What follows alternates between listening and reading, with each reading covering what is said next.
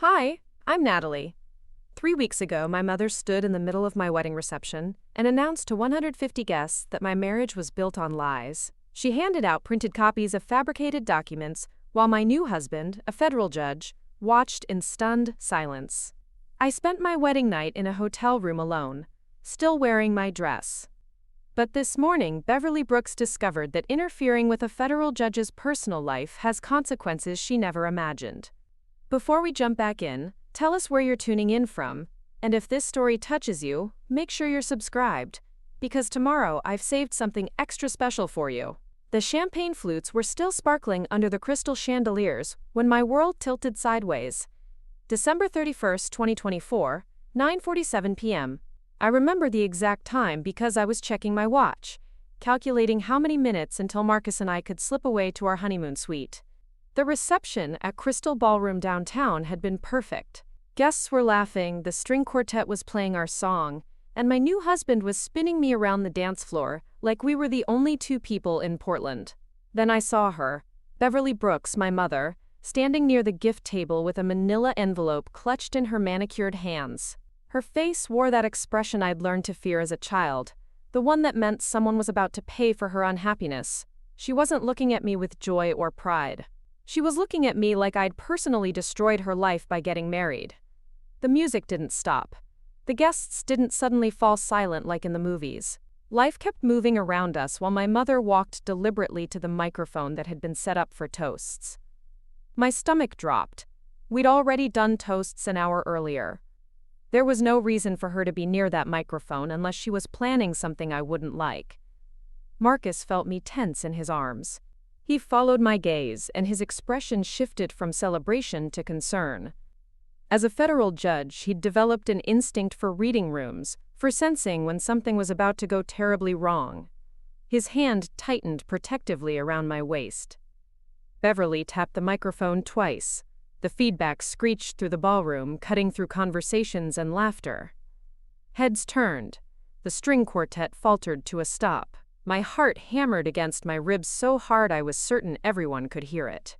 She smiled, that cold, practiced smile she'd perfected during 30 years of working in insurance claims. The smile that said she was about to deliver news no one wanted to hear, but she was going to enjoy every second of it. "Excuse me, everyone," she said, her voice carrying clearly through the sudden quiet. "I know we've already celebrated these two lovebirds tonight, but I have something important to share. Something I think you all deserve to know before you leave here thinking you've witnessed a fairy tale." The blood drained from my face. Marcus stepped slightly in front of me, a subtle but protective gesture that didn't go unnoticed. Several guests exchanged uncomfortable glances. My father, Robert, was standing near the bar with his usual deer-in-headlights expression, the same look he'd worn during every family crisis for the past 25 years. Beverly opened the manila envelope with theatrical precision. She pulled out a stack of papers, each one copied and organized with the efficiency of someone who'd planned this moment for weeks. "My daughter Natalie has always been skilled at presenting herself as the victim," she continued, her voice steady and poisonous. "But tonight, I can't let her begin her marriage based on deception. I have documentation here that shows a pattern of financial manipulation, emotional instability, and calculated lies that span the last 5 years." The ballroom had gone completely silent. I could hear my own breathing, shallow and rapid. Marcus's hand found mine and squeezed, anchoring me to the moment when everything felt like it was spinning out of control. She began distributing the papers to nearby tables. Guests took them reflexively, unsure whether to look or politely decline. I caught glimpses of what appeared to be bank statements, medical records, and what looked like correspondence with my name forged at the bottom.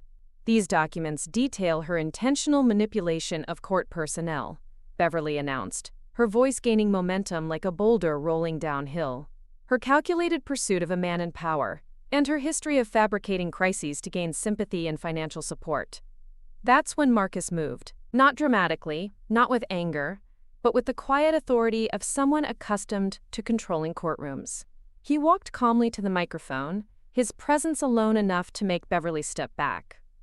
When he spoke, his voice was measured and clear. "Ladies and gentlemen, thank you for celebrating with Natalie and me tonight. Unfortunately, it appears someone has decided to turn our reception into theater. These accusations are not only false, but appear to involve forged documents and potentially criminal behavior. I'm asking everyone to please return any papers you may have received to the staff immediately. This reception is over. He didn't raise his voice. He didn't need to. The authority in his tone was absolute. Guests began quietly gathering their belongings, most of them looking embarrassed to have witnessed such a scene. Several people approached me with apologetic expressions, dropping the papers onto nearby tables without reading them. Beverly's face flushed red. She hadn't expected to be shut down so efficiently. She'd counted on chaos, on Marcus being too shocked or polite to take control. She'd underestimated exactly who she was dealing with.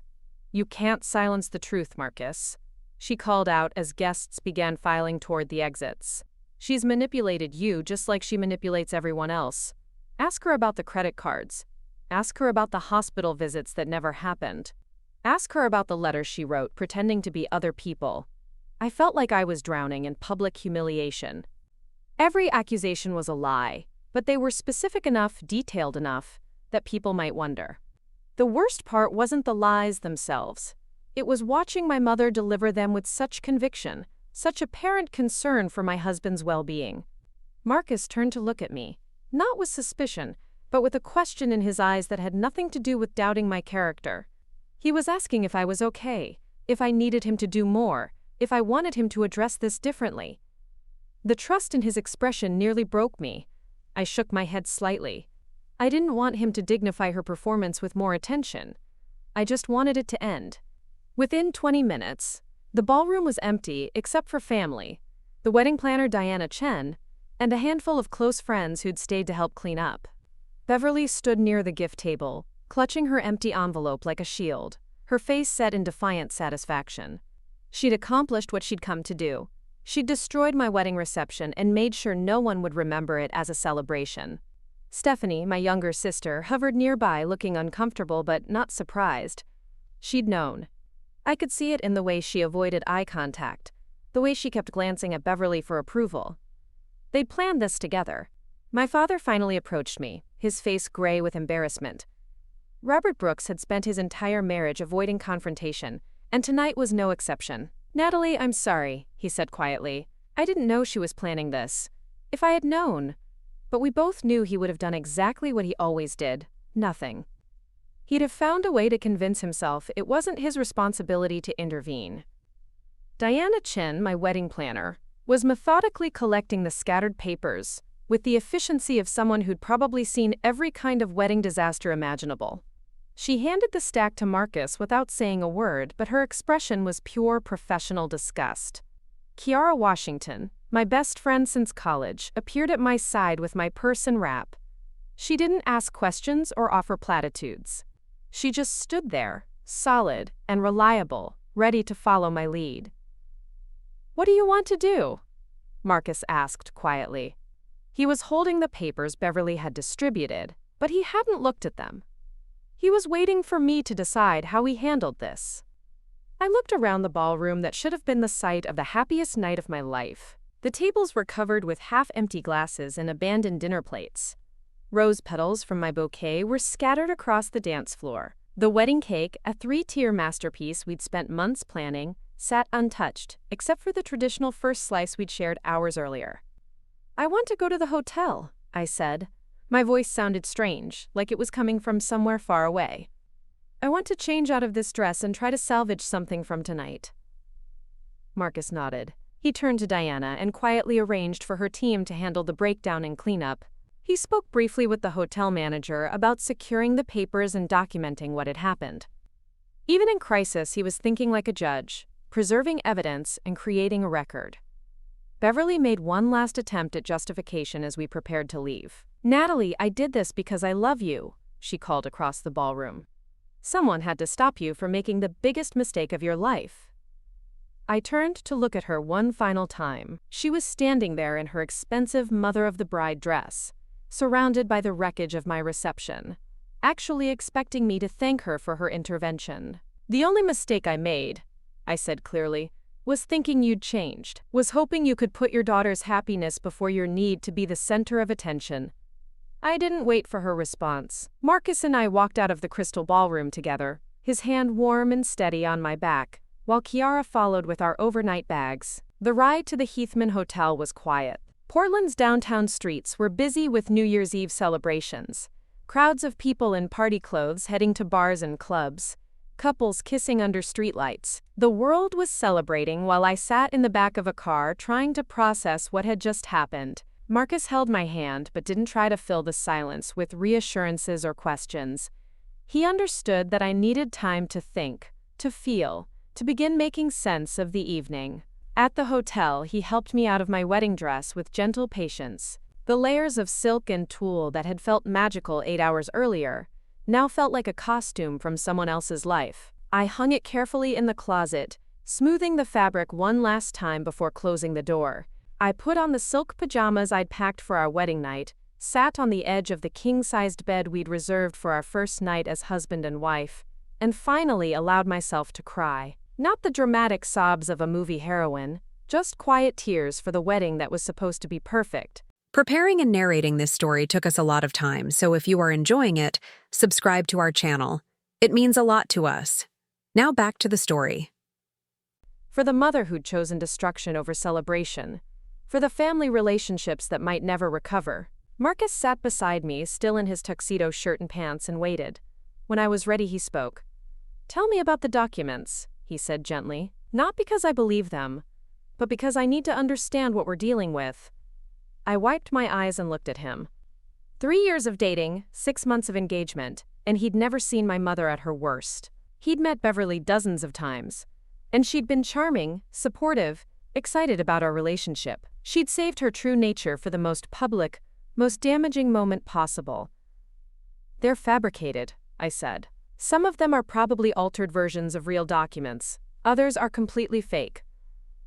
She works in insurance claims. She knows how to make paperwork look official."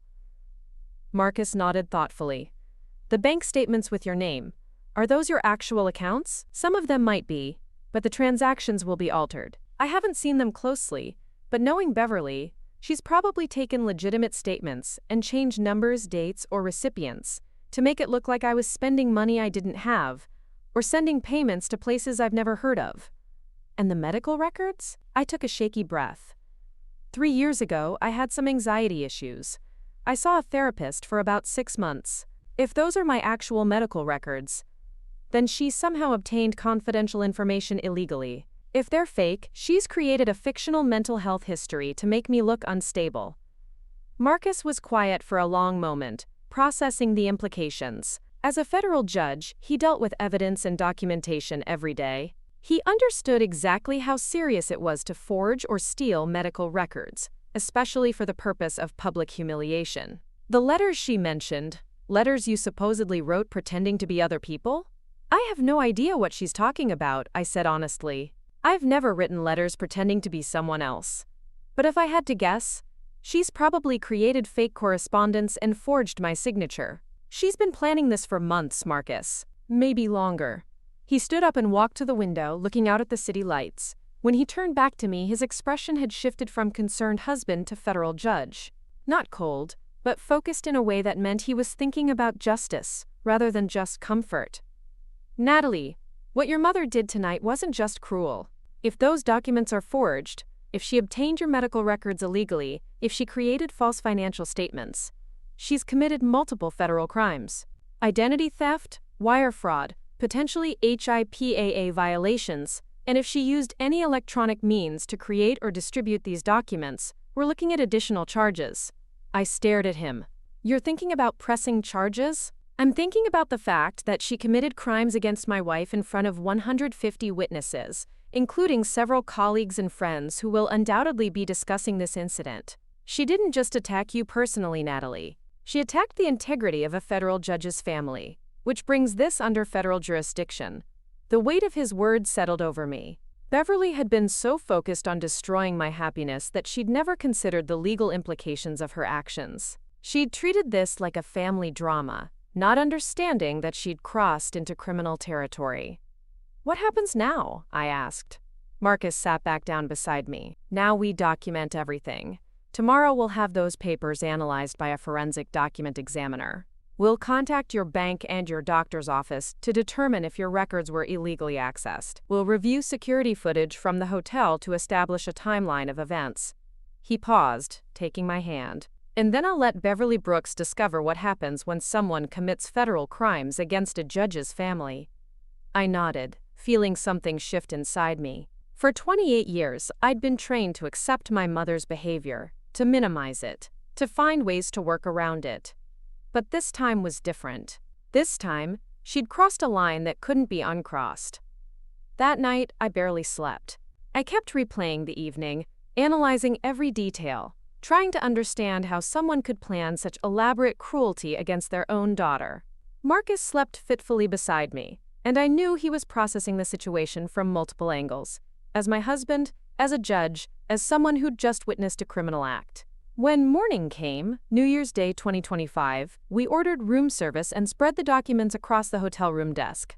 In daylight, with clear heads, the extent of Beverly's deception became even more apparent. The bank statements were sophisticated fakes. They showed my actual account numbers and legitimate transactions from months earlier. But thousands of dollars in fake withdrawals and transfers had been added. The medical records contained real information, mixed with fabricated diagnoses and treatment plans. The letters were typed on what appeared to be official letterhead from various businesses, all allegedly written by me under fake names. "She's been planning this for at least 6 months, Marcus said, examining the documents with a magnifying glass he'd requested from hotel security. "Look at the dates on these fake transactions. They start appearing right after we announced our engagement." The realization hit me like cold water. My mother had spent 6 months of my engagement planning to destroy my wedding. While I was sending her photos of dress options and asking for her input on flowers, she was researching how to forge financial documents. While she was helping me address invitations and plan the reception timeline, she was fabricating evidence of my mental instability. My phone buzzed with a text message. I glanced at the screen and saw my father's name. "Natalie, your mother wants to talk. She says she can explain everything. Can you call her?" I showed the message to Marcus. He read it and shook his head. "Don't respond yet," he said. "Anything you say to your parents right now could be used against us later if this goes to court. We need to be smart about how we handle communication."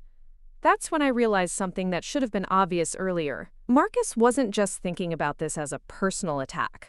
He was treating it as a federal case, because, legally, that's exactly what it had become. The next few days passed in a blur of legal consultations and document analysis. Marcus worked with the FBI's white-collar crime unit to have the papers professionally examined. The results confirmed what we'd suspected. Multiple federal laws had been violated. The bank statements contained forged signatures and fabricated transaction records. The medical records had been illegally obtained through a security breach at my former therapist's office, which Beverly had managed through a fake identity and falsified insurance claim. The letters with forged letterhead constituted mail fraud and identity theft. But the most damaging discovery came when investigators traced the digital footprints of the documents. Beverly had used her work computer at Westfield Insurance Company to create many of the forgeries, which brought her employer into the investigation and added wire fraud charges to the growing list. On January 15th, exactly 2 weeks after my wedding, Marcus did something that shocked everyone who knew him. Judge Marcus Rivera, known for his measured approach and reluctance to bring personal matters into his professional sphere, issued a federal warrant for Beverly Brooks's arrest. The charges were extensive: identity theft, wire fraud, mail fraud, HIPAA violations, computer fraud, and conspiracy to commit fraud. Each charge carried potential prison time and significant fines. When the FBI agents arrived at Westfield Insurance Company to arrest my mother, she was in the middle of processing a legitimate insurance claim. Her coworkers watched in stunned silence as she was read her rights and escorted from the building in handcuffs. The local news picked up the story immediately. Federal judge's mother-in-law arrested for wedding sabotage became the headline that dominated Portland's news cycle for days. The details were so bizarre, so specifically calculated, that the story gained national attention. I watched the coverage from our temporary apartment, feeling a strange mixture of vindication and sadness. This wasn't how I'd wanted my marriage to begin. I'd never imagined that seeking justice would require destroying what remained of my relationship with my family. My phone had been ringing constantly since the arrest. Reporters wanted interviews. Extended family members wanted explanations. Former friends and classmates reached out with messages of support and shock. But the call that surprised me most came from Aunt Carol, my mother's older sister, who I hadn't spoken to in over 2 years. "Natalie," she said when I answered, "I need to tell you something about your mother. Something I should have told you years ago." We met at a quiet coffee shop in Lake Oswego, away from the media attention downtown. Carol looked older than I remembered, tired in a way that suggested she'd been carrying something heavy for a long time. "Your mother has done this before," she said without preamble. "Not exactly this, but similar things. She destroyed my daughter's graduation party when Lisa got into medical school. She sabotaged my ex-husband's business when she decided she didn't like him. She's been manipulating situations and people for decades." I stared at her. "Why didn't you ever say anything?" Carol's face crumpled slightly. "Because she's my sister. And because I told myself it wasn't my business. But watching what she did to you, seeing it on the news, I can't stay quiet anymore." She reached into her purse and pulled out a manila envelope, similar to the one Beverly had carried at my wedding. "I've been documenting her behavior for years, hoping I'd never need to use this. But if you're going to court, you need to know the full pattern." Inside the envelope were photographs, emails, and handwritten notes spanning 15 years. Evidence of Beverly's systematic manipulation of family events, her interference in relatives' relationships, her use of fabricated information to turn family members against each other. She's done this to cousins, weddings, anniversary parties, graduation celebrations, baby showers. Anytime someone else was receiving attention she felt she deserved, Carol explained. She's convinced herself that she's protecting the family, but really she's been trying to control everyone in it. The documentation was devastating. Email chains showing Beverly spreading false rumors about family members. Photos of events she'd disrupted with manufactured crises. Witness statements from relatives who'd been manipulated or deceived. "The difference this time," Carol said quietly, "is that she picked the wrong target. She went after someone with the power to actually stop her." That evening, I shared Carol's evidence with Marcus and our legal team. The additional documentation strengthened the case significantly, establishing a clear pattern of behavior and demonstrating that my wedding wasn't an isolated incident of poor judgment. It was part of a decades-long pattern of criminal manipulation. The preliminary hearing was scheduled for February 10th. Beverly had hired a criminal defense attorney who was already trying to negotiate a plea deal, but Marcus was unwilling to consider anything less than full accountability. "She didn't just attack you," he explained to me one evening as we reviewed the case files. "She committed federal crimes in front of dozens of witnesses, including several legal professionals. If we allow her to plea down to lesser charges, we're essentially saying that this kind of behavior is acceptable as long as you're family." I understood his position, but I also understood that this decision would have consequences far beyond the courtroom. Stephanie had already made it clear that she blamed me for Beverly's arrest. My father was caught between defending his wife and acknowledging her crimes. Extended family members were choosing sides, and most of them weren't choosing mine. But something had shifted in me during those weeks between the wedding and the arrest. For the first time in my life, I wasn't trying to minimize my mother's behavior or find ways to accommodate it. I wasn't making excuses or accepting blame for her choices. Beverly Brooks had spent 6 months planning to destroy the happiest day of my life, and she'd succeeded in ruining my wedding reception. But in doing so, she'd finally crossed a line that couldn't be uncrossed, committed crimes that couldn't be ignored, and revealed herself so completely that even her most loyal defenders were forced to see the truth. On February 1st, 3 weeks after the arrest, I received a letter from Beverly. It was delivered through her attorney, carefully worded to avoid any admission of guilt while still attempting to manipulate my emotions. The letter was classic Beverly, part apology, part justification, part attempt to make herself the victim. She claimed she'd been trying to protect me from making a terrible mistake. She insisted that her concerns about Marcus were legitimate, even if her methods were questionable. She begged me to consider the impact of the legal proceedings on our family's reputation. But what struck me most was what the letter didn't contain. No genuine remorse for the pain she'd caused. No acknowledgement that her actions were criminal rather than merely misguided. No recognition that she'd spent months planning an elaborate deception designed to humiliate me in front of everyone I cared about. I showed the letter to Marcus, who read it with the detached professional interest of someone analyzing evidence. When he finished, he looked up at me with a question in his eyes. "What do you want to do?" he asked. It was the same question he'd asked me in the ballroom on our wedding night, and this time my answer came without hesitation. "I want justice," I said. "Not revenge, not cruelty, but actual consequences for criminal behavior. I want her to understand that there are boundaries she can't cross, even with family members." Marcus nodded.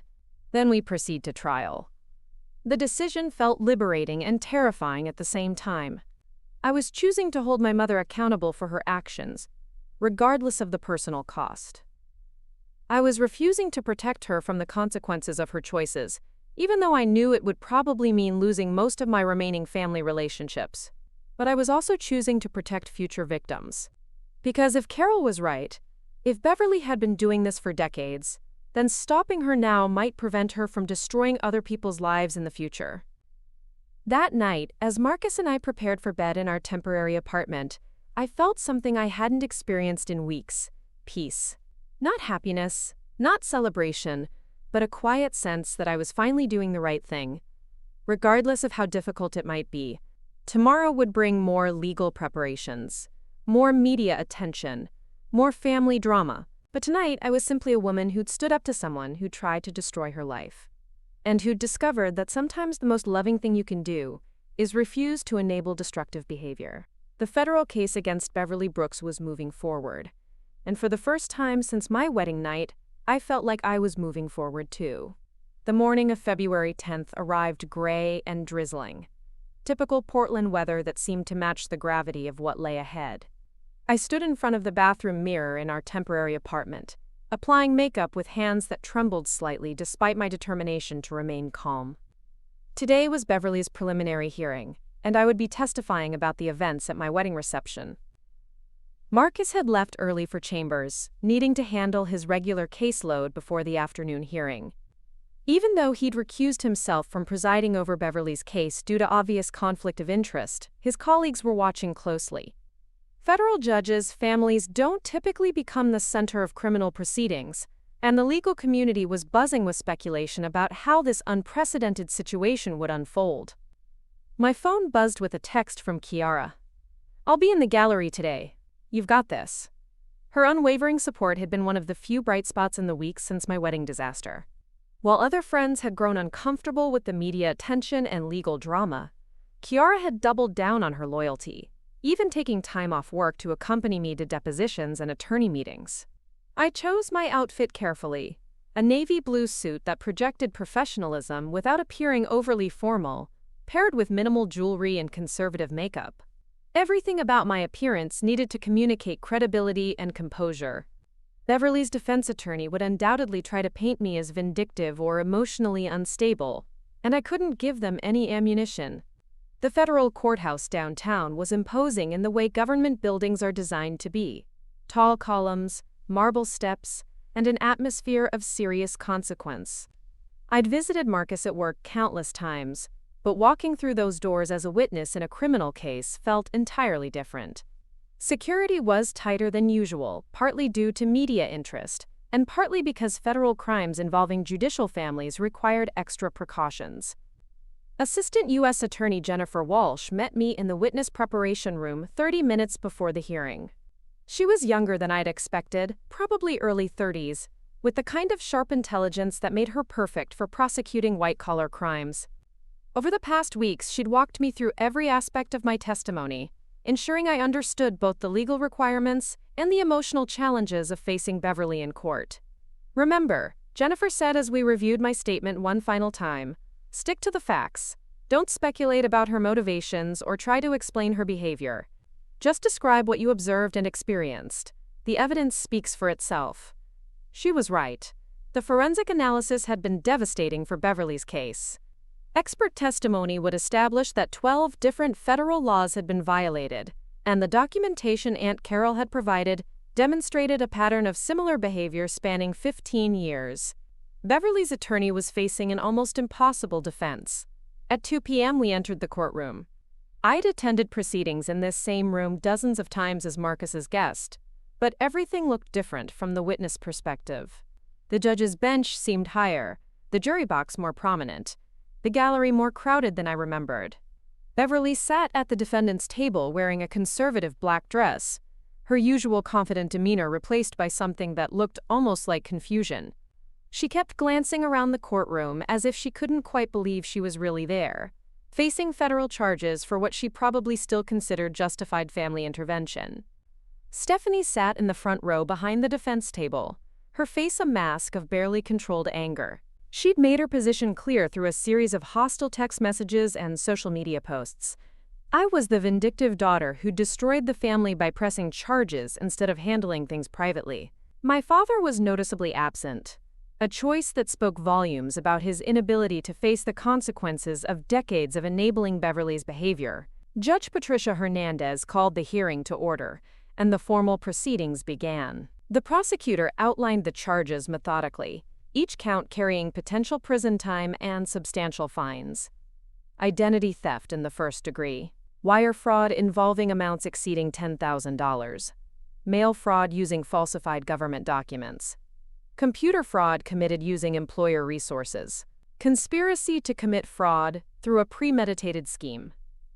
When Jennifer Walsh called me to testify, I walked to the witness stand with as much dignity as I could manage. The bailiff administered the oath, and I placed my hand on the Bible, promising to tell the truth about the night my mother had tried to destroy my marriage. "Ms. Rivera," Jennifer began, using my married name deliberately, "please tell the court about the events of December 31, 2024, specifically what occurred during your wedding reception at approximately 9:47 p.m. I took a breath and began recounting the evening systematically. The music, the dancing, Beverly's approach to the microphone, her announcement to the assembled guests, the distribution of fabricated documents. I described her accusations in detail, the content of the papers she'd handed out, and the immediate aftermath as our reception dissolved into chaos. Jennifer guided me through each piece of evidence, having me identify the forged bank statements, the illegally obtained medical records, the fabricated correspondence. For each document, I explained how I knew it was false, what legitimate information had been altered, and how Beverly would have accessed the real data she'd used as a foundation for her lies. The most difficult part was describing the emotional impact. Jennifer needed the court to understand that this wasn't just a family dispute or wedding drama. It was a calculated attack designed to cause maximum psychological damage at the most vulnerable moment possible. "Can you describe your emotional state when you realized what was happening?" Jennifer asked. "I felt like the ground was disappearing beneath me," I said, my voice steady despite the painful memories. It wasn't just the embarrassment or confusion. It was the realization that my own mother had spent months planning to humiliate me in front of everyone I cared about. That she'd researched how to forge documents and steal my private records specifically to destroy the happiest day of my life. Beverly's attorney, a veteran criminal defense lawyer named Richard Caldwell, approached cross-examination with obvious reluctance. His client had given him almost no viable defense strategy, and he seemed to be going through the motions rather than mounting any serious challenge to my testimony. "Ms. Rivera," he began, "isn't it true that you and your mother have had a difficult relationship for many years?" "We've had our disagreements," I replied carefully, "but nothing that would justify identity theft and document forgery." "And isn't it also true that your mother expressed legitimate concerns about your relationship with Judge Rivera?" Jennifer objected before I could respond. "Relevance, Your Honor. The defendant's personal opinions about the witness's marriage don't justify criminal behavior." Judge Hernandez sustained the objection, and Caldwell moved on to questions about my mental health history and financial situation. But every line of inquiry led back to the same conclusion. Regardless of any family tensions or legitimate concerns Beverly might have had, Her response had crossed clear legal boundaries into criminal territory. The cross-examination lasted less than 30 minutes. When I stepped down from the witness stand, I felt drained but confident that I'd told my story clearly and completely. The truth was powerful, and no amount of defense maneuvering could change the fundamental facts of what Beverly had done. The next witness was Diana Chen, my wedding planner, who testified about the professional disruption Beverly had caused. Diana's testimony was particularly damaging because she had no family bias.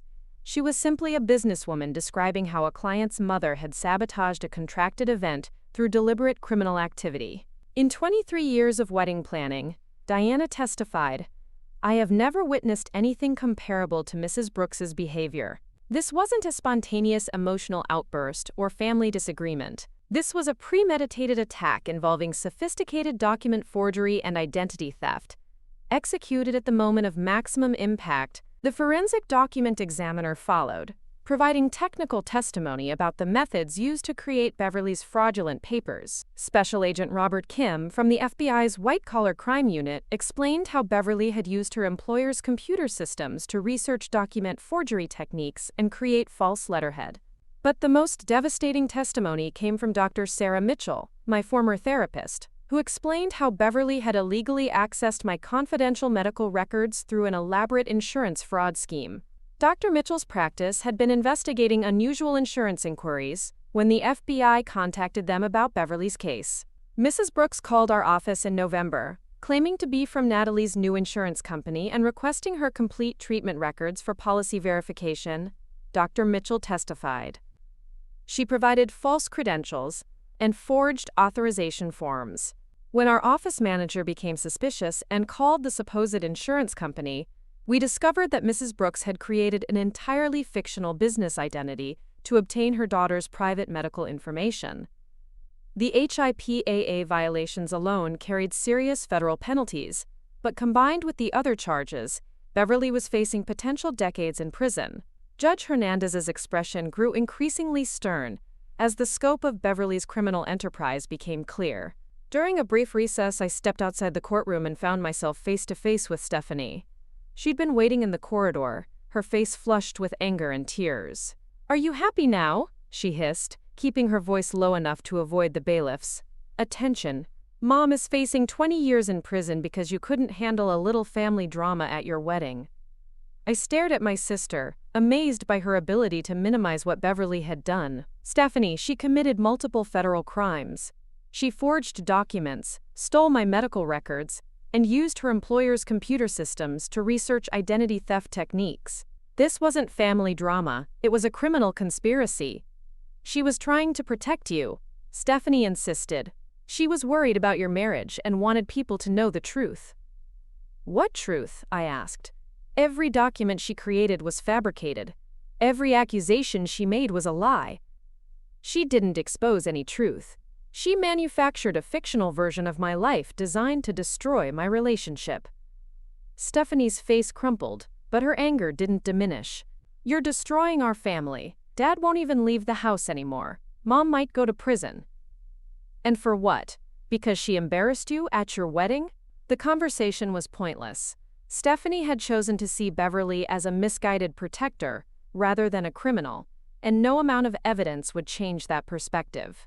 I walked away without responding, returning to the courtroom for the afternoon session. The defense portion of the hearing was brief and largely ineffective. Caldwell called character witnesses who testified about Beverly's community involvement and charitable work, but their testimony felt hollow against the weight of criminal evidence.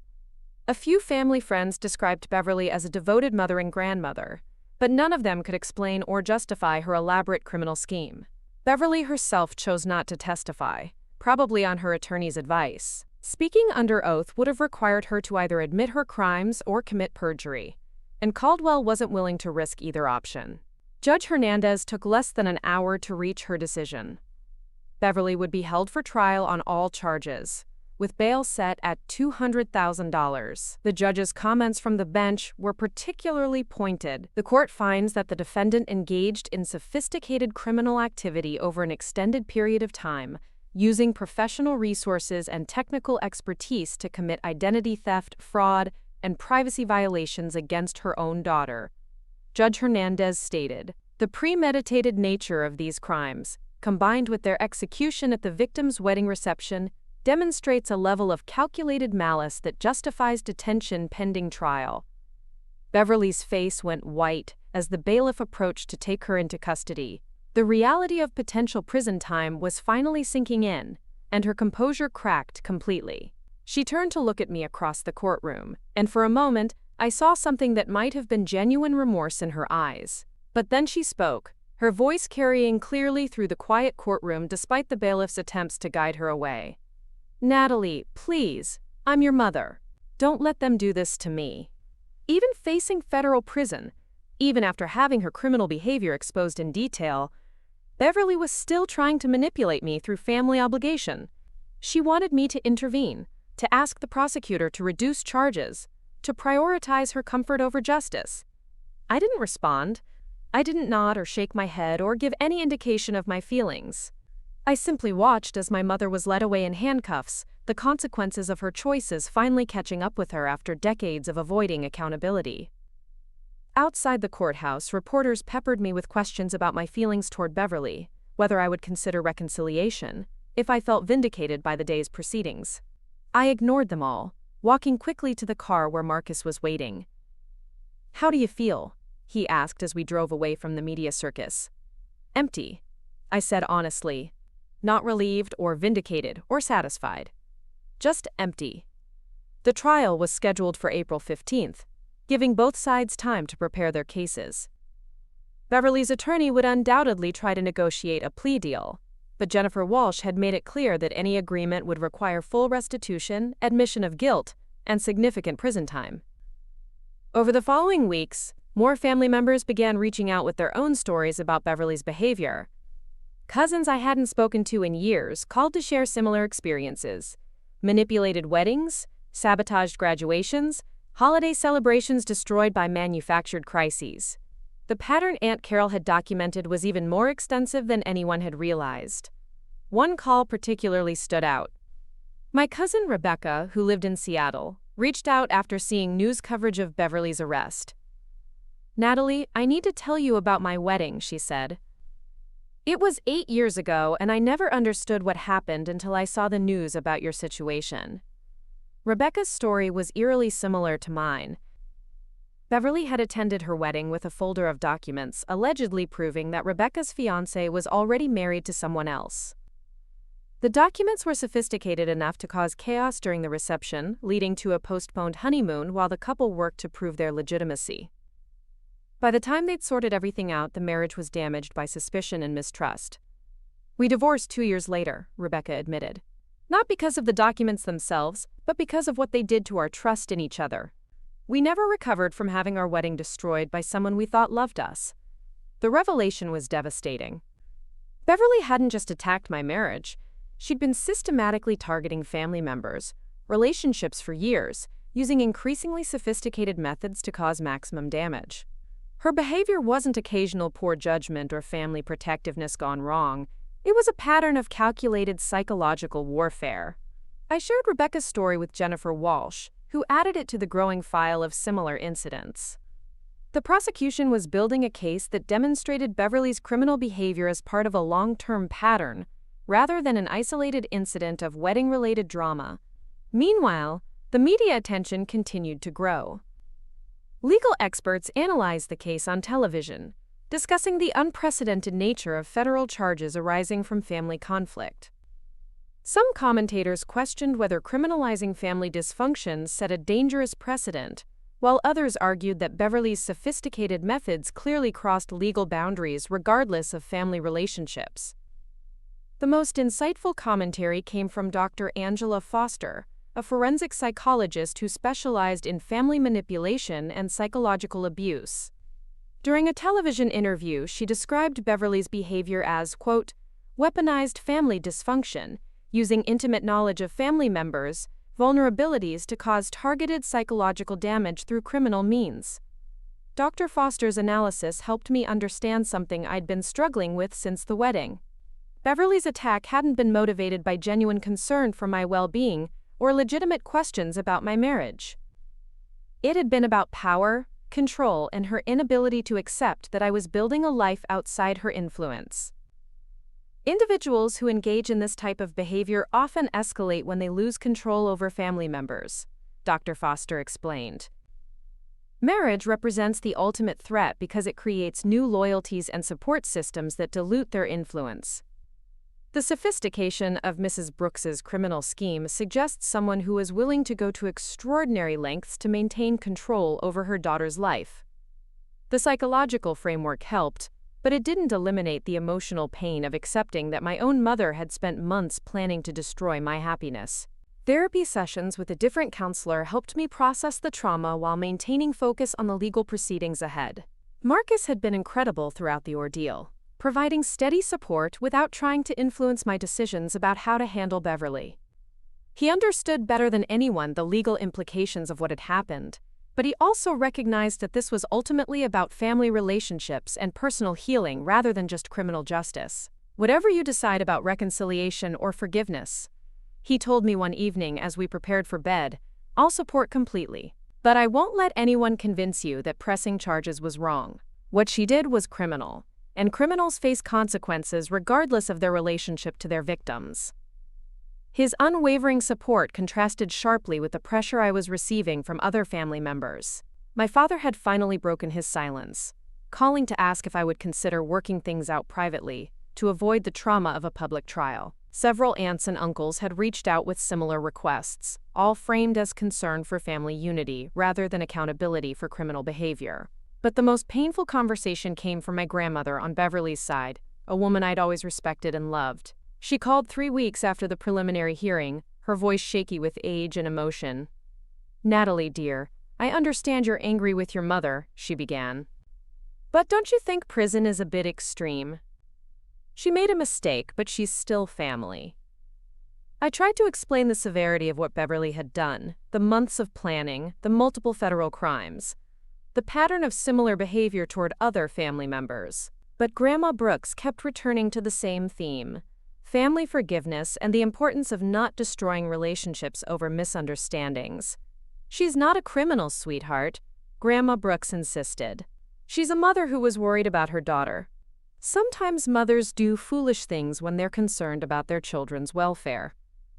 The conversation broke my heart because I realized that even Beverly's own mother couldn't fully grasp the reality of what had happened. Decades of enabling and minimizing had created a family culture where criminal behavior could be reframed as misguided love, where victims were expected to prioritize family harmony over personal justice. That night, I made a decision that felt both liberating and terrifying. I wrote letters to every family member who had contacted me about reconciliation or plea negotiations. In each letter, I explained clearly that I would not be withdrawing charges, negotiating reduced sentences, or prioritizing family relationships over legal accountability. "Beverly committed multiple federal crimes against me," I wrote. "She spent months researching identity theft techniques, illegally accessing my private medical records, and creating sophisticated fraudulent documents designed to destroy my marriage. This wasn't a moment of poor judgment or family concern. It was a criminal conspiracy executed with premeditation and malice." I continued, "I understand that some of you believe family loyalty should override legal consequences, but I've learned that true family loyalty means holding each other accountable for harmful behavior, not enabling it to continue. Beverly has been manipulating and attacking family members for years, and someone finally needs to say that it's unacceptable." The letters concluded with an invitation for ongoing relationship, but only on terms that acknowledged reality, rather than continuing the family pattern of denial and minimization. Sending those letters felt like cutting an anchor that had been dragging me down for years. For the first time since my wedding night, I felt genuinely free from the obligation to manage other people's comfort with Beverly's criminal behavior. The responses were mixed. Some family members appreciated my honesty and expressed support for my decision. Others were angry, accusing me of selfishness and vindictiveness. A few simply stopped communicating altogether, choosing Beverly's side despite the overwhelming evidence of her criminal activity. But the most meaningful response came from my cousin David, Beverly's nephew, who I'd barely spoken to since childhood. "Thank you for finally standing up to her," he wrote. She destroyed my high school graduation party with fake documents claiming I was using drugs. My parents believed her over me, and I spent years trying to rebuild their trust. I was too young and powerless to fight back then, but I'm grateful that someone with resources and determination finally did. Stories like David's reinforced my conviction that this legal battle was about more than personal justice. Beverly had been terrorizing family members for years, and her increasingly sophisticated methods suggested she would continue escalating if not stopped through legal intervention. As spring approached and the trial date drew closer, I focused on healing and moving forward rather than dwelling on family drama or media speculation. Marcus and I had rescheduled our honeymoon for after the trial, planning a quiet trip to New Zealand where we could finally celebrate our marriage without the shadow of criminal proceedings. We'd also begun looking at houses, ready to establish permanent roots in Portland rather than continuing to live in temporary accommodations. The future felt bright despite the ongoing legal complexities, and I was learning to separate my happiness from my family's approval or dysfunction. The preliminary hearing had established that Beverly would face trial on serious federal charges. The evidence was overwhelming, her pattern of behavior was well documented, and the legal consequences were appropriate for the crimes she'd committed. But more importantly, the hearing had established my own boundaries and priorities. I was no longer the daughter who accepted blame for her mother's choices, or who prioritized family harmony over personal well-being. I was a woman who demanded accountability, who refused to enable destructive behavior, and who was building a life based on authentic relationships rather than dysfunctional obligations. The trial would determine Beverly's legal fate, but my own transformation was already complete. I had found my voice, established my boundaries, and chosen justice over the easier path of family denial. Whatever happened in April, I would face it with the confidence of someone who had finally learned to value herself enough to demand better treatment from the people who claimed to love her. March arrived with unexpected warmth, the kind of early spring weather that makes Portland residents temporarily forget about the months of rain ahead. I was sitting in our new house, a modest craftsman in the Hawthorne district that Marcus and I had closed on the week before, when the call came that would change everything about Beverly's case. Jennifer Walsh's voice was tight with controlled excitement when I answered. "Natalie, we need to meet immediately. Something significant has developed, and it's going to affect how we approach the trial." An hour later, I sat in her downtown office while she spread a collection of documents across the conference table. These weren't the familiar forgeries from my wedding reception. These were corporate records, employment files, and what appeared to be a substantial investigative report. Westfield Insurance Company conducted their own internal investigation after Beverly's arrest, Jennifer explained. What they discovered goes far beyond using company computers for personal document forgery. Your mother has been running a sophisticated insurance fraud operation for at least 3 years, possibly longer. The scope was staggering. Beverly had been creating false claims, manipulating settlement amounts, and directing payments to fictional victims whose identities she'd constructed using techniques similar to those she'd used against me. The insurance company estimated damages exceeding $2 million, with potentially hundreds of victims who'd been denied legitimate claims while Beverly diverted funds to her fabricated cases. She wasn't just targeting family members, Jennifer continued. She was systematically defrauding her employer and their clients using the same document forgery and identity theft methods she used at your wedding. The wedding attack was actually the least sophisticated thing she'd done in years. I stared at the evidence, trying to process the magnitude of Beverly's criminal enterprise. While I'd been planning my wedding and building my relationship with Marcus, my mother had been operating what amounted to a one-woman fraud syndicate from her corporate office. "The federal charges from your case were just the beginning," Jennifer explained. "The insurance fraud adds racketeering charges, additional counts of wire fraud, money laundering, and conspiracy. We're looking at potential life imprisonment now, not just the 20 years from the original charges." The revelation was overwhelming. Beverly's attack on my wedding hadn't been an isolated incident of family dysfunction escalated to criminal behavior. It had been a minor application of skills she'd been developing and refining through years of professional crime. "There's more," Jennifer said, pulling out another folder. The insurance investigation led to discoveries at 3 other companies where Beverly had previously worked. Similar patterns at each location, manipulated claims, diverted funds, fabricated documentation. She's been doing this for at least a decade. The insurance fraud victims were real people who'd been denied legitimate claims while Beverly lined her own pockets. Car accident victims who'd been told their coverage was insufficient. Homeowners whose flood damage claims had been rejected while Beverly created fictional cases to justify the payouts she was stealing. Medical patients whose treatment authorizations had been delayed or denied while she processed fraudulent claims for non-existent procedures. We're coordinating with the State Insurance Commission and multiple federal agencies now, Jennifer explained.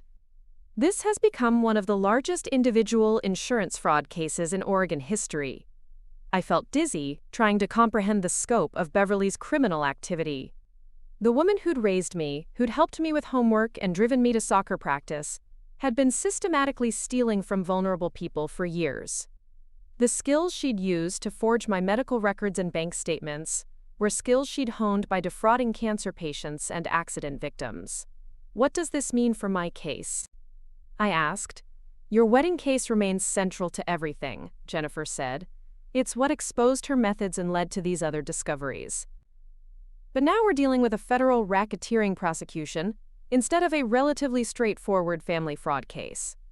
The trial date was postponed while prosecutors expanded their investigation and incorporated the insurance fraud evidence. Beverly's bail was revoked entirely. With millions in stolen funds and demonstrated expertise in creating false identities, she was deemed too great a flight risk for any amount of security to cover. The media attention intensified dramatically. Wedding saboteur revealed as million-dollar fraud mastermind became the headline that dominated not just local news but national coverage. Beverly's story became a cautionary tale about white-collar crime hiding behind suburban respectability. I found myself reluctantly thrust into the role of whistleblower and victim advocate. Reporters wanted to know how I'd felt learning that my mother was a career criminal, whether I'd suspected her illegal activities, if I felt responsible for exposing her crimes. The most difficult interview came with a producer from a national news magazine who wanted to feature Beverly's case as part of a series on family-based financial crime. The producer, a woman named Claire Morrison, had been investigating similar cases across the country and believed Beverly's story represented a troubling trend. What we're seeing, Claire explained during our preliminary conversation, is sophisticated white-collar criminals using family relationships as cover for increasingly complex fraud schemes. They exploit the natural reluctance of family members to report suspicious behavior, and they use intimate knowledge of their relatives' personal information to create credible false identities. Claire's research had uncovered dozens of similar cases nationwide, parents, siblings, and spouses using family connections to facilitate identity theft, insurance fraud, and financial manipulation. Beverly's case was unusual primarily in its scope and sophistication, not in its basic structure. The wedding attack was probably her biggest mistake, quote, Claire observed. It exposed her methods to someone with the legal knowledge and resources to fight back effectively. Most family members don't have access to federal prosecutors and forensic document analysis. The interview process was emotionally exhausting.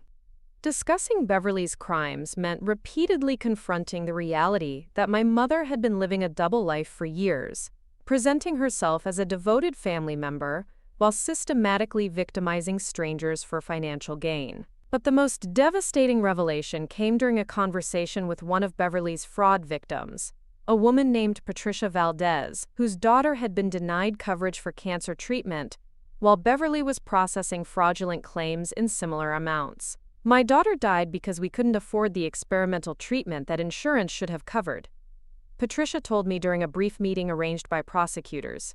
While your mother was stealing money meant for sick people, my baby was getting sicker because we couldn't pay for her care. Patricia wasn't angry with me personally, but her grief was overwhelming. Her daughter had been 15 years old, the same age I'd been when Beverly had helped me through my own minor medical issues with patience and apparent compassion. The contrast between Beverly's motherly care for her own daughter and her callous disregard for other people's children was impossible to reconcile. I don't understand how someone can help their own child with such love and then steal from other people's children, Patricia said quietly. How do you live with that kind of contradiction? I had no answer for her question, because I was struggling with the same incomprehension. The Beverly who'd attended my school plays and celebrated my achievements seemed like a completely different person from the criminal who'd spent years systematically defrauding vulnerable families. The psychological evaluation ordered by the court provided some insight into Beverly's mindset, though it didn't offer much comfort. Dr. Amanda Rodriguez, a forensic psychologist specializing in white-collar crime, diagnosed Beverly with narcissistic personality disorder and antisocial traits that had likely been developing for decades. Ms. Brooks demonstrates a profound inability to empathize with people outside her immediate family circle. Dr. Rodriguez explained in her report, "She appears to view strangers as resources to be exploited, rather than individuals deserving moral consideration. However, her capacity for normal family relationships suggests she can selectively apply empathy when it serves her interests." The evaluation described Beverly's wedding attack as a response to perceived abandonment rather than genuine concern for my welfare. "When I'd gotten engaged, I'd become less available for family obligations and less responsive to Beverly's emotional manipulation. The wedding's sabotage had been her attempt to reassert control by destroying my new primary relationship." Ms. Brooks likely viewed her daughter's marriage as a threat to her position as the central figure in her daughter's life. Dr. Rodriguez wrote, "The criminal methods she employed to attack this relationship reflect the same disregard for legal and ethical boundaries that characterized her professional fraud activities." Reading the psychological evaluation was like discovering that the person I'd thought was my mother had been a carefully constructed performance designed to maintain my loyalty while she pursued her criminal activities. The real Beverly was someone who saw other people as tools or obstacles, not as individuals deserving respect or consideration. Meanwhile, the legal case was becoming increasingly complex. Beverly's defense team had been expanded to include specialists in racketeering and white-collar crime, but they were facing overwhelming evidence of systematic criminal activity. The insurance fraud charges alone carried potential life sentences, and the documented pattern of behavior made any claim of innocent mistakes impossible to sustain. Richard Caldwell, Beverly's original attorney, had been replaced by a more experienced criminal defense lawyer named Thomas Chen, who specialized in complex federal cases. Chen's strategy appeared to focus on negotiating the best possible plea deal rather than mounting any serious challenge to the evidence. The prosecution has documentation of specific criminal acts spanning more than a decade, Chen told reporters after a pretrial hearing. "Our focus is on achieving a resolution that acknowledges responsibility while providing some hope for eventual rehabilitation." Translation: Beverly was going to prison for a very long time, and her legal team was trying to negotiate something less than a life sentence. The expanded investigation had also revealed the source of Beverly's expertise in document forgery and identity theft.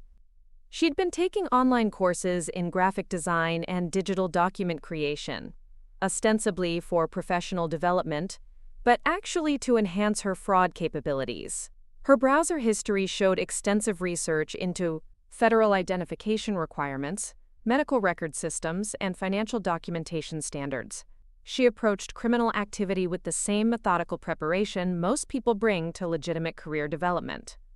Special Agent Kim explained during a briefing with prosecutors. She studied her targets, researched their vulnerabilities, and systematically developed the technical skills necessary to exploit them effectively. The revelation that Beverly had been actively educating herself in criminal techniques made her wedding attack seem even more calculated and malicious. She hadn't acted impulsively out of family concern.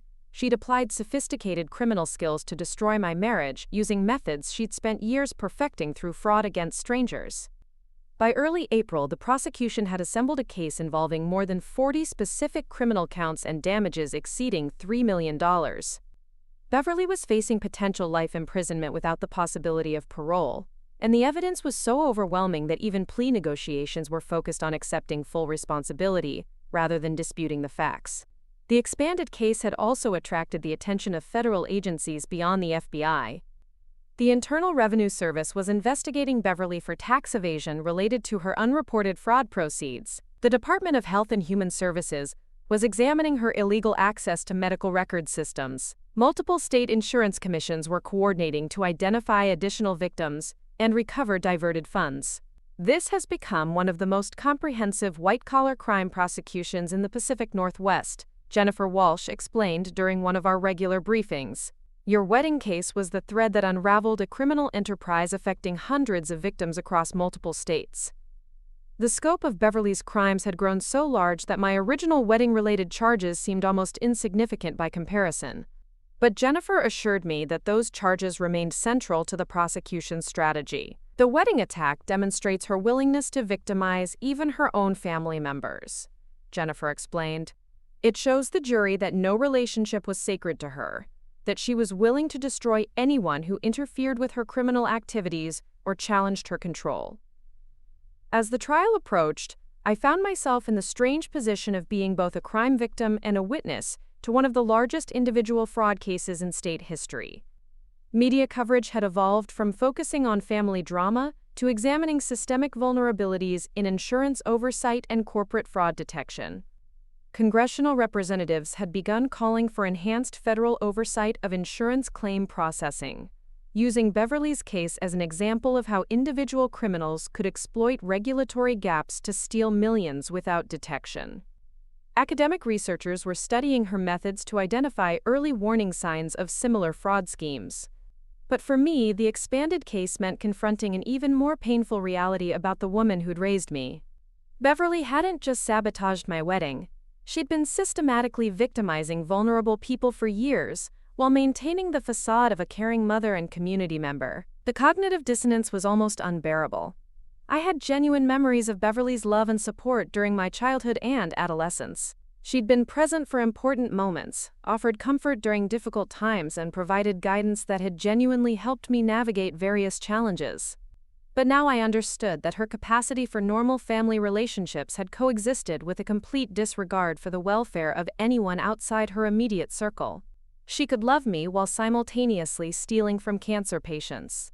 She could support my education while denying other children access to medical care their families had paid for through insurance premiums. The psychological evaluation had described this compartmentalization as consistent with certain personality disorders. But understanding the clinical explanation didn't make the emotional reality any easier to accept. I was mourning the loss of my mother while simultaneously serving as a key witness in her prosecution for crimes that affected hundreds of innocent people.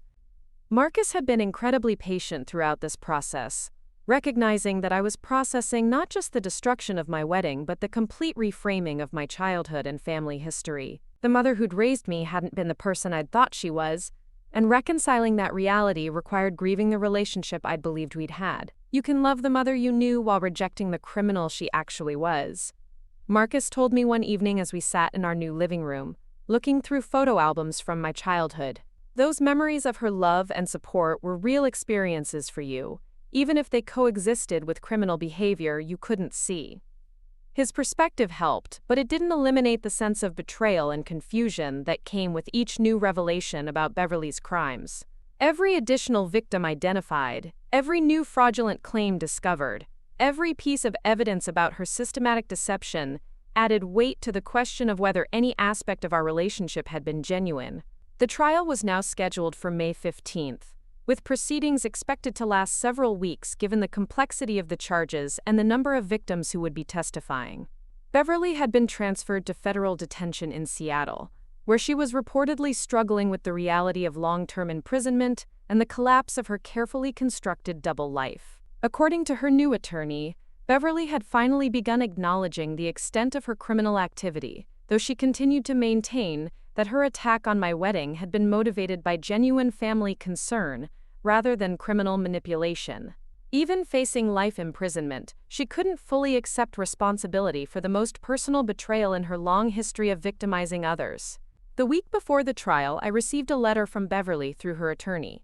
It was shorter than her previous attempts at communication, and notably different in tone. "Natalie," she wrote, "I know you probably can't forgive me for what I did at your wedding. I know you probably can't forgive me for the other things they say I did either. I'm not asking for forgiveness because I don't think I deserve it. I just want you to know that loving you was the only real thing in my life for a long time. I'm sorry I wasn't better at being the mother you deserved." The letter was devastating precisely because it felt genuine in a way her previous communications hadn't.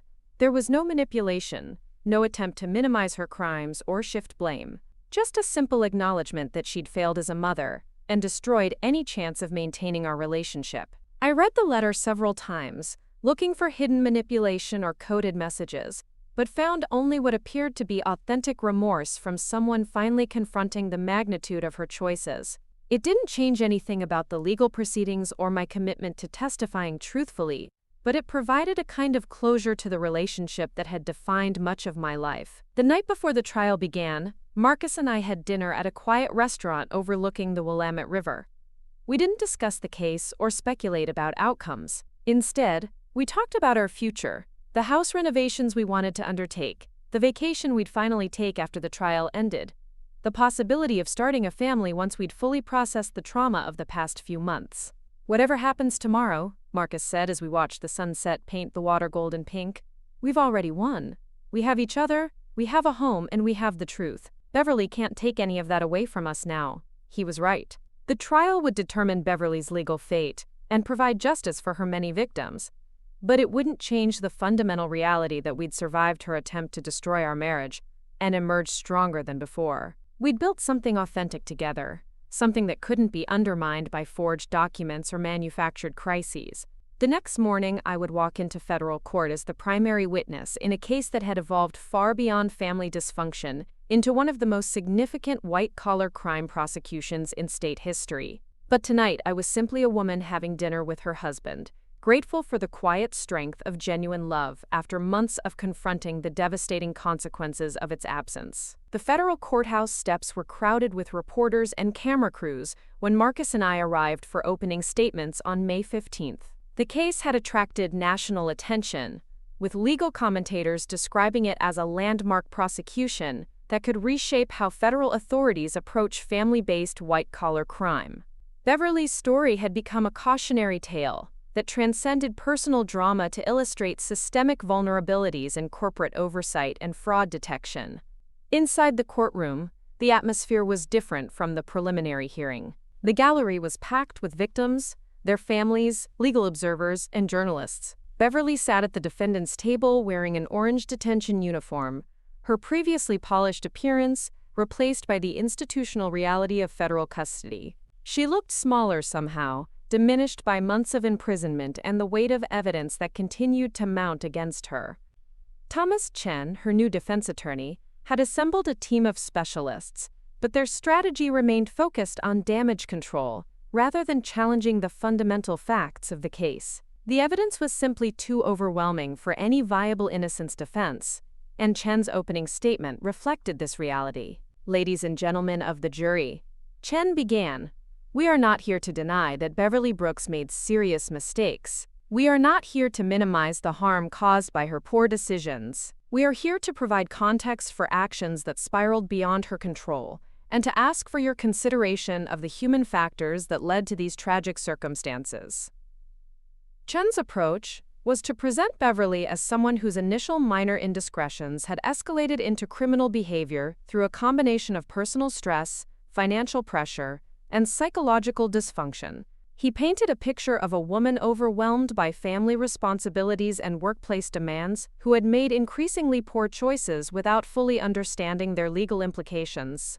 The defense narrative was that Beverly's wedding attack had been motivated by genuine maternal concern that had been expressed through inappropriate but not inherently criminal methods. According to Chen, the forged documents were attempts to expose what Beverly believed to be legitimate concerns about my relationship, and her research into document creation had been for legitimate professional purposes that were later misapplied.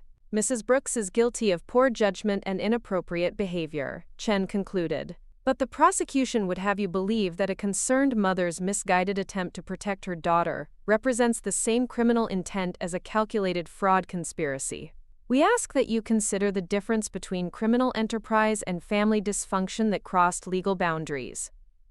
It was a sophisticated defense strategy that acknowledged Beverly's guilt while attempting to minimize the severity of her actions and the scope of her criminal intent. Chen was essentially arguing for manslaughter when the prosecution was charging murder, accepting responsibility while disputing the level of premeditation and malice involved. Jennifer Welsh's opening statement painted a very different picture. She methodically outlined the evidence that would demonstrate Beverly's systematic criminal enterprise, the sophisticated techniques she'd developed over years of fraud, and the calculated nature of her attack on my wedding. The evidence will show that Beverly Brooks operated a criminal enterprise that victimized hundreds of innocent people over more than a decade, Jennifer told the jury.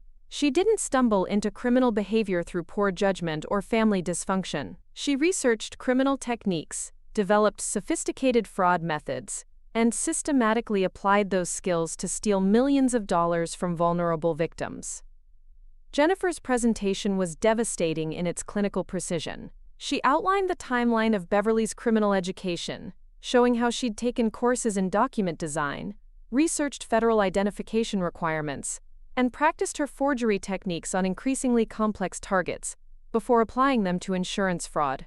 The defendant's attack on her daughter's wedding wasn't an isolated incident of family concern gone wrong, Jennifer continued. It was the application of criminal skills she'd spent years developing through the systematic victimization of cancer patients, accident victims, and other vulnerable individuals who trusted their insurance company to process their claims honestly.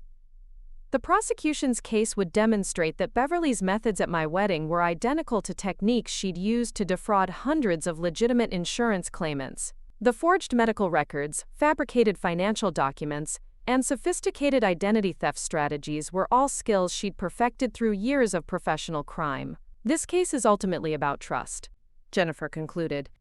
The defendant violated the trust of her employer, her daughter, her family, and hundreds of innocent victims who depended on honest processing of their insurance claims. She used positions of trust and authority to systematically deceive and steal, and she applied those same criminal methods to destroy her own daughter's wedding when it threatened her ability to continue her criminal activities. The first witness was Special Agent Robert Kim from the FBI's White-Collar Crime Unit, who provided an overview of the investigation and the scope of Beverly's criminal enterprise. Agent Kim's testimony established the timeline of Beverly's crimes and the sophisticated methods she'd used to avoid detection for so many years. Ms. Brooks demonstrated an unusual level of technical sophistication in her criminal activities, Agent Kim testified. She used advanced document design software, researched federal security features, and maintained detailed records of her fraudulent activities. This wasn't opportunistic crime. It was systematic criminal enterprise conducted with professional-level planning and execution. The evidence included thousands of pages of Beverly's own records, including detailed spreadsheets tracking her fraudulent claims, research notes on document forgery techniques, and correspondence with unwitting accomplices who'd helped her process false paperwork. Beverly had been meticulous in documenting her criminal activities, apparently confident that her methods were sophisticated enough to avoid detection. Agent Kim's testimony also revealed the international scope of Beverly's research. She'd been studying fraud techniques used in other countries, adapting foreign methods to American systems, and maintaining correspondence with other individuals involved in similar criminal activities. The FBI had identified connections to fraud networks in 6 different countries, suggesting that Beverly's activities were part of a larger international criminal ecosystem. The forensic accountant, Dr. Michael Torres, provided detailed analysis of the financial damage Beverly had caused.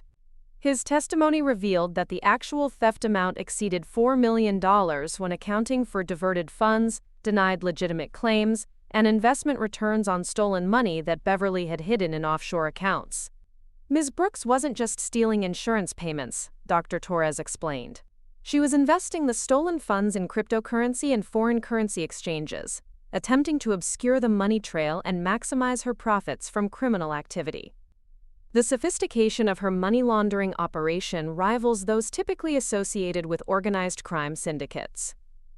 The offshore accounts contained more than $800,000 in stolen funds that Beverly had converted to various cryptocurrencies and foreign investments. Financial forensics experts had traced the money through multiple international transfers, shell companies, and digital currency exchanges that Beverly had established using fraudulent identities. But the most devastating testimony came from Beverly's victims. Patricia Valdez, whose daughter had died after being denied cancer treatment coverage, spoke quietly but powerfully about the impact of Beverly's crimes on families already facing medical crises.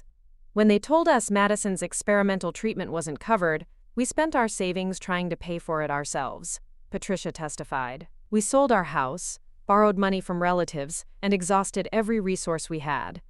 Madison died, knowing that we couldn't afford the treatment that might have saved her life. Patricia's medical records showed that her daughter's treatment denial had occurred during the same month that Beverly had processed 3 fraudulent cancer treatment claims, totaling more than $60,000. While Madison Valdez was dying because her family couldn't afford life-saving treatment, Beverly was stealing equivalent amounts to fund her personal investments and lifestyle expenses. The prosecution presented testimony from more than 20 victims, each representing different aspects of Beverly's criminal enterprise. Car accident victims who'd been denied coverage for necessary surgeries. Homeowners whose flood damage claims had been rejected while Beverly processed fraudulent property damage claims. Elderly patients whose prescription medication coverage had been terminated while Beverly created fictional medical claims to justify stolen payments. Each victim's story followed a similar pattern. Legitimate claims would be delayed, denied, or reduced, while Beverly simultaneously processed fraudulent claims for similar amounts, using fictional identities and forged documentation. She'd been essentially running a parallel insurance operation, denying real claims to fund fake ones that directed money to accounts she controlled. The medical testimony was particularly disturbing. Dr. Sarah Mitchell, my former therapist, explained how Beverly had obtained my confidential medical records through an elaborate scheme involving false insurance credentials and forged authorization documents. Ms. Brooks called our office, representing herself as a claims adjuster for a new insurance company that was supposedly taking over Ms. Rivera's coverage. Dr. Mitchell testified. She provided convincing documentation and seemed to know specific details about Ms. Rivera's treatment history that suggested legitimate authority to access these records. The scheme had been sophisticated enough to fool medical professionals who were trained to protect patient confidentiality. Beverly had researched typical insurance transfer procedures, created convincing corporate documentation, and maintained the deception through multiple phone calls and email exchanges over several weeks. When we became suspicious and attempted to verify her credentials, we discovered that the insurance company she claimed to represent didn't exist, Dr. Mitchell continued. Ms. Brooks had created an entirely fictional corporate identity complete with website, phone system, and official correspondence to obtain her daughter's private medical records. The HIPAA violations alone carried significant federal penalties, but the systematic nature of Beverly's medical records theft extended far beyond my case.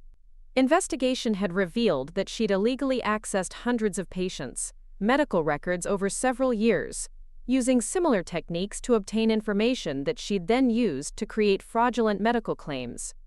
Technology expert David Shen provided technical analysis of Beverly's criminal methods, demonstrating the sophisticated digital tools she'd used to create forged documents and maintain false identities.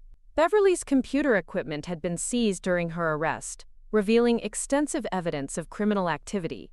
Ms. Brooks maintained multiple virtual private networks to obscure her internet activity, used advanced image editing software to alter official documents, and operated several cryptocurrency wallets to hide stolen funds. Chen testified. The level of technical sophistication required for these activities indicates extensive research and preparation over many months or years. Beverly's browser history revealed thousands of searches related to document forgery, identity theft, cryptocurrency investing, and offshore banking. She'd been educating herself in criminal techniques with the same methodical approach that most people bring to legitimate professional development. The prosecution also presented evidence of Beverly's attempts to recruit accomplices and expand her criminal operations. Email correspondence recovered from her devices showed that she'd been reaching out to other insurance industry employees, attempting to establish a network of co-conspirators who could help her access claim systems at multiple companies. Ms. Brooks wasn't satisfied with operating alone, Jennifer Walsh explained during her examination of FBI agent Kim. She was actively working to expand her criminal enterprise by recruiting other insurance employees and sharing her fraudulent techniques with potential partners. One particularly damaging piece of evidence was a detailed manual that Beverly had created explaining her fraud techniques. The document, titled Advanced Claims Processing Strategies, was ostensibly a professional training guide but actually contained step-by-step instructions for creating false identities, forging medical documentation, and manipulating insurance payment systems. The defendant created what amounts to a criminal instruction manual, Agent Kim testified. She was systematically documenting her illegal methods, apparently with the intention of training other individuals to commit similar crimes. The manual included specific guidance on my wedding attack, describing it as a case study in applying fraud techniques to personal relationships. Beverly had documented her methods for obtaining my medical records, creating false financial statements, and timing the revelation for maximum emotional impact. The wedding attack was presented as an example of how document forgery and identity theft techniques could be used to manipulate family relationships and social situations. Agent Kim explained. The jewelry she'd worn to my wedding had been purchased with funds that should have gone to legitimate insurance claimants who were struggling to pay for necessary medical care. The psychological impact of learning these details was overwhelming. Every family memory from the past several years was now tainted by the knowledge that Beverly's apparent success and generosity had been funded through criminal activity. Her ability to provide financial help during my college years, her willingness to contribute to wedding expenses, her comfortable lifestyle that I'd attributed to careful saving, all of it had been supported by systematic theft from vulnerable victims. By the end of the prosecution's case, Beverly's criminal enterprise had been exposed as one of the most comprehensive individual fraud operations in state history. The evidence included thousands of fraudulent documents, millions of dollars in theft, hundreds of victims, and a sophisticated criminal operation that had operated undetected for more than a decade. But beyond the financial and legal implications, the trial had revealed the complete destruction of Beverly's relationship with everyone who'd trusted her. Her victims had been betrayed by someone they'd depended on for honest insurance processing. Her employer had been deceived by an employee they'd considered exemplary. Her family had been manipulated by someone they'd loved and respected. The defense would now have to present some kind of explanation or mitigation for criminal behavior that appeared to be both systematic and malicious. Thomas Chen's challenge was to find some way to humanize Beverly and explain her actions without minimizing the severity of her crimes or the extent of harm she'd caused. As the prosecution rested its case, I sat in the gallery trying to process the magnitude of what had been revealed. The woman who'd raised me, who'd been present for every important moment of my childhood and adolescence, had been operating as a sophisticated criminal for most of my adult life. The love and support I'd received from her had coexisted with systematic cruelty toward hundreds of innocent strangers. The trial was far from over, but the prosecution had already established that Beverly's attack on my wedding had been just one application of criminal skills she'd spent years developing through the victimization of people who'd trusted her professional integrity. The scope of her betrayal extended far beyond family dysfunction into systematic criminal enterprise that had affected hundreds of lives. Tomorrow, the defense would begin presenting their case, attempting to provide some explanation for behavior that seemed to defy rational understanding. But regardless of what mitigation they might offer, the fundamental facts were now clear. Beverly Brooks had been one of the most successful individual fraud perpetrators in regional history, and her criminal enterprise had finally been exposed through her decision to attack her own daughter's wedding with the same methods she'd used to steal from cancer patients and accident victims. The truth was finally visible, documented in thousands of pages of evidence and testified to by dozens of victims. Whatever happened during the remainder of the trial, Beverly's crimes could no longer be hidden behind the facade of suburban respectability and maternal concern that had protected her for so many years. The defense case began on a Wednesday morning with Thomas Chen calling Beverly's sister Carol to the stand as a character witness.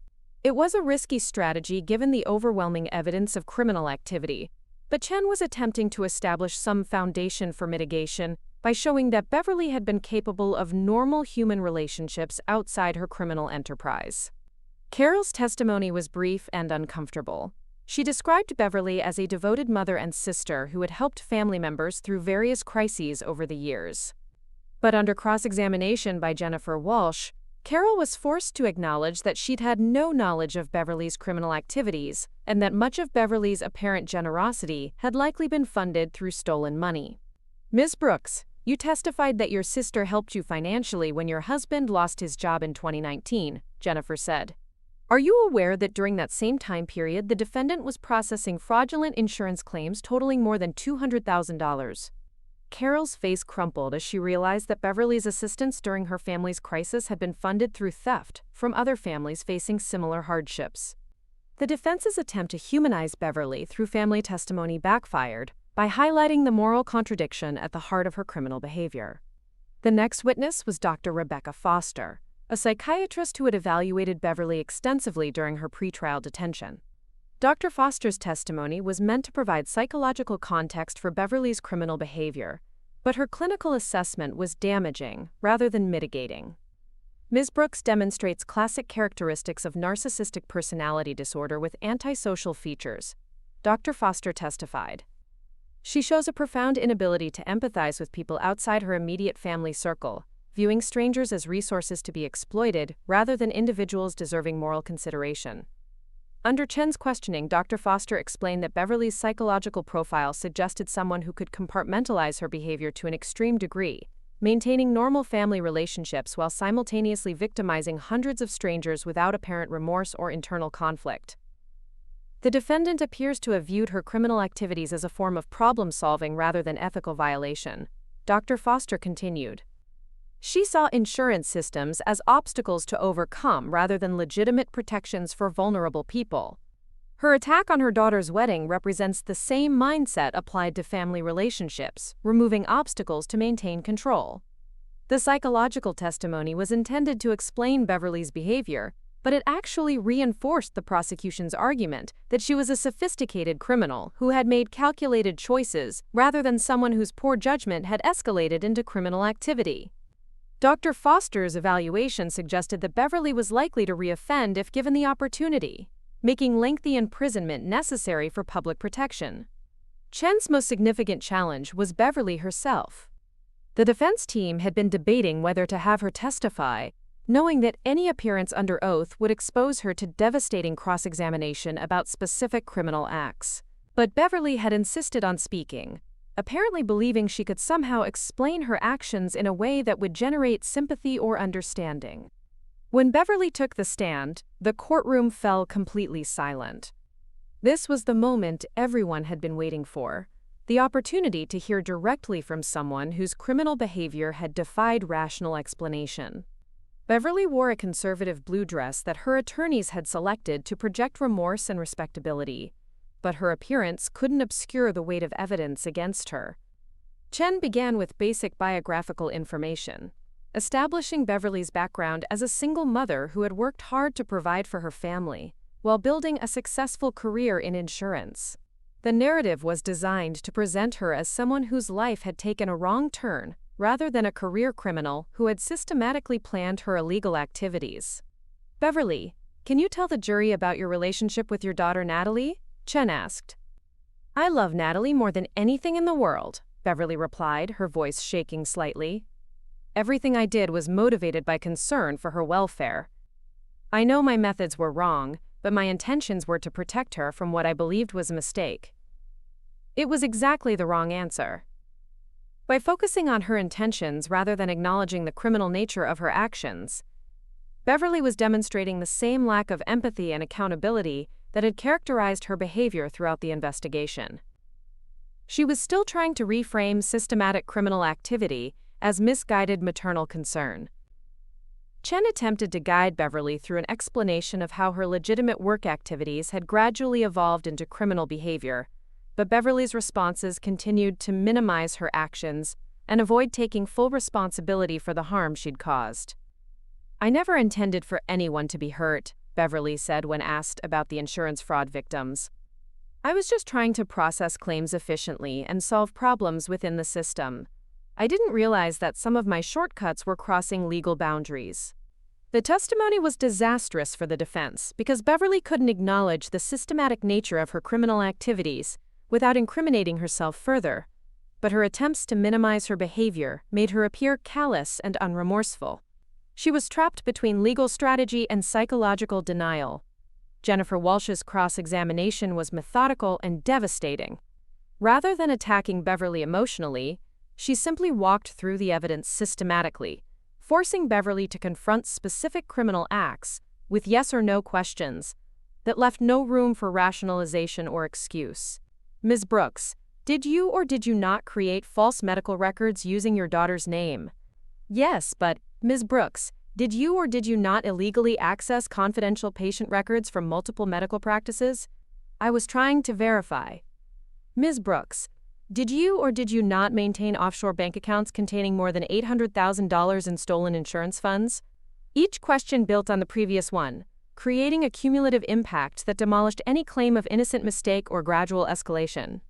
Beverly had made hundreds of specific criminal choices over many years, and her attempts to explain or justify these choices only highlighted their calculated nature. The most damaging moment came when Jennifer introduced Beverly's own criminal instruction manual and asked her to read portions aloud to the jury. Beverly was forced to recite her own detailed instructions for document forgery, identity theft, and psychological manipulation, including the section that described her attack on my wedding as a successful case study.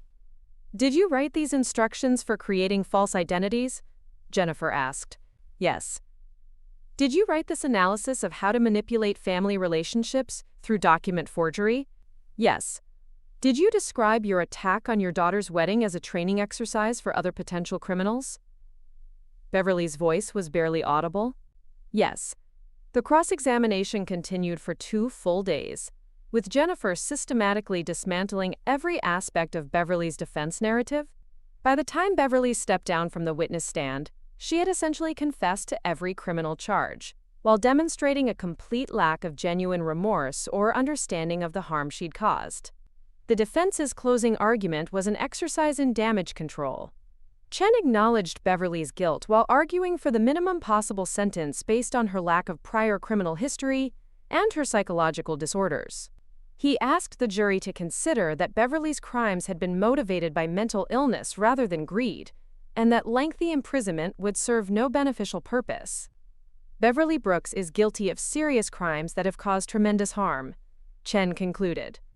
But she is also a sick woman whose psychological disorders led her to make choices that she now deeply regrets.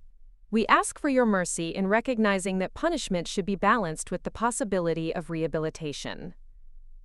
Jennifer Walsh's closing argument was a powerful summary of the evidence that emphasized the systematic nature of Beverly's crimes and the devastating impact on hundreds of innocent victims. She walked the jury through the timeline of criminal activity, the sophisticated methods Beverly had used, and the calculated nature of each criminal choice. This case is about trust and betrayal on a massive scale, Jennifer told the jury. The defendant didn't stumble into criminal behavior through poor judgment or mental illness. She researched criminal techniques, developed sophisticated fraud methods, and systematically applied those skills to steal millions of dollars from vulnerable people who trusted her professional integrity.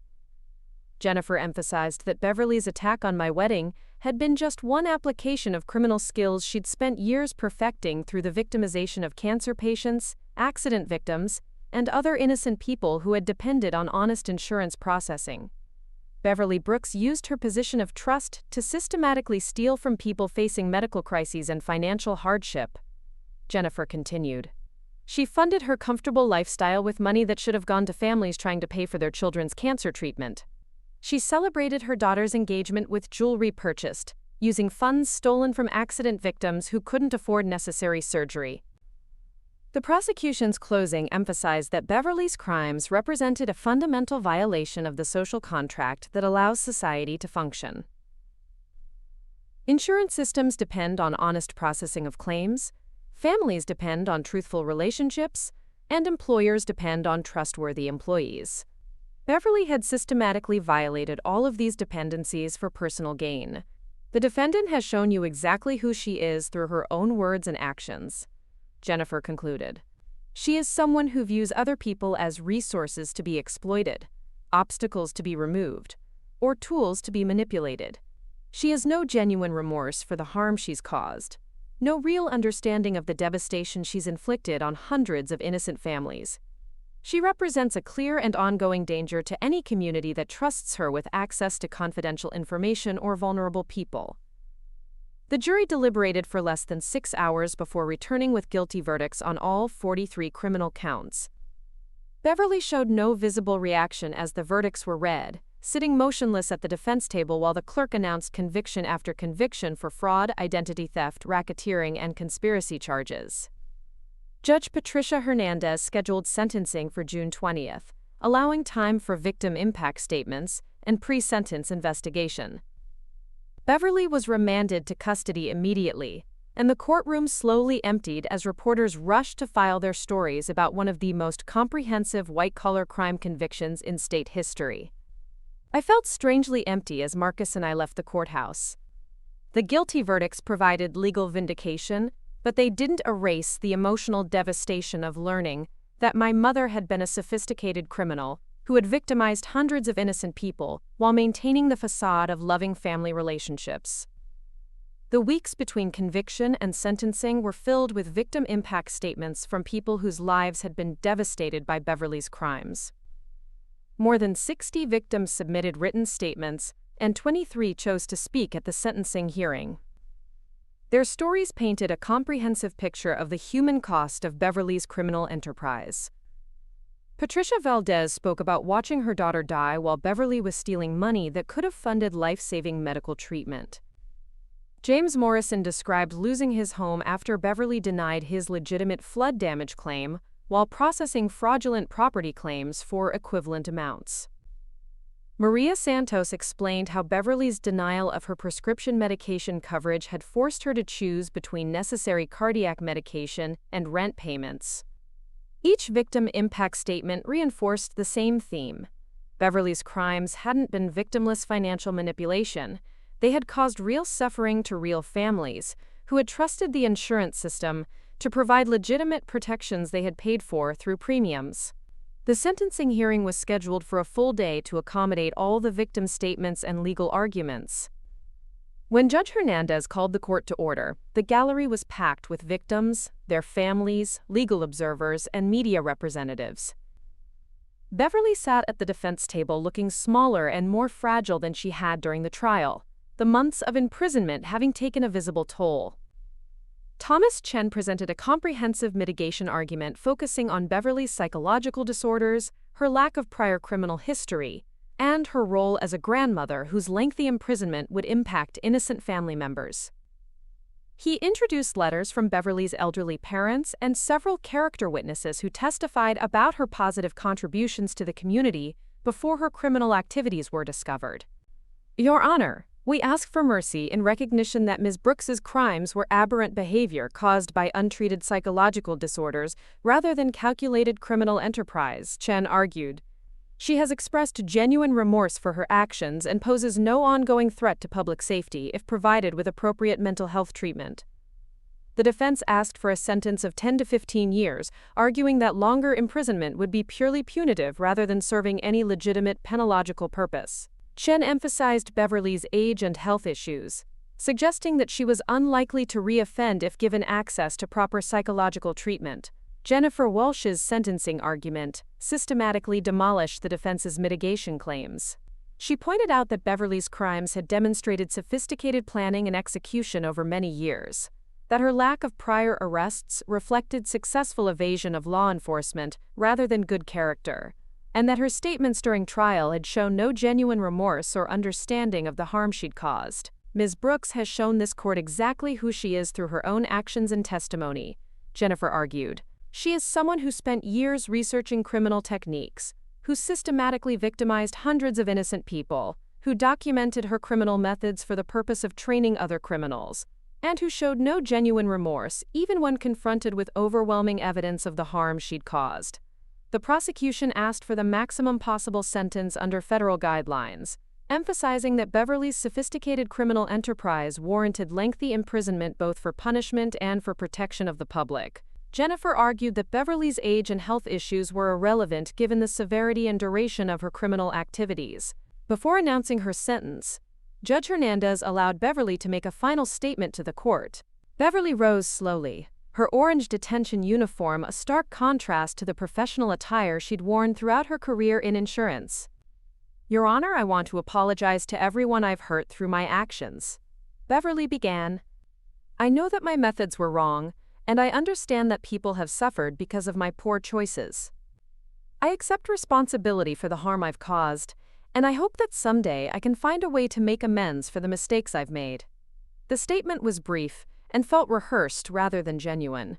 Beverly still couldn't bring herself to acknowledge the systematic nature of her crimes or express authentic understanding of the devastation she'd inflicted on hundreds of innocent families. Even facing life imprisonment, she was still minimizing her criminal behavior as mistakes and poor choices, rather than calculated criminal enterprise. Judge Hernandez's sentencing statement was comprehensive and pointed. She acknowledged the defense's mitigation arguments while emphasizing the unprecedented scope and sophistication of Beverly's criminal activities. "Ms. Brooks, you have been convicted of operating one of the most comprehensive individual fraud enterprises in this jurisdiction's history," Judge Hernandez began. "Over more than a decade, you systematically stole millions of dollars from vulnerable people who trusted you to process their insurance claims honestly. You used sophisticated criminal techniques that you researched and developed with the same dedication that most people bring to legitimate professional advancement." The judge emphasized that Beverly's attack on my wedding had been particularly egregious because it demonstrated her willingness to victimize even family members when they interfered with her criminal activities or challenged her control. "Your attack on your daughter's wedding reception was not an isolated incident of family dysfunction," Judge Hernandez continued. "It was the application of criminal skills you had spent years developing through the victimization of cancer patients, accident victims, and other innocent people who depended on honest insurance processing. You turned your daughter's wedding day into a training exercise for criminal methodology." Judge Hernandez noted that Beverly's own testimony and criminal instruction manual had demonstrated a complete lack of genuine remorse or understanding of the harm she'd caused to hundreds of innocent families. "Throughout this trial, you have consistently minimized your criminal behavior and attempted to reframe systematic criminal enterprise as misguided family concern," the judge observed. "Your own statements have shown that you view other people as obstacles to be removed or resources to be exploited rather than individuals deserving moral consideration."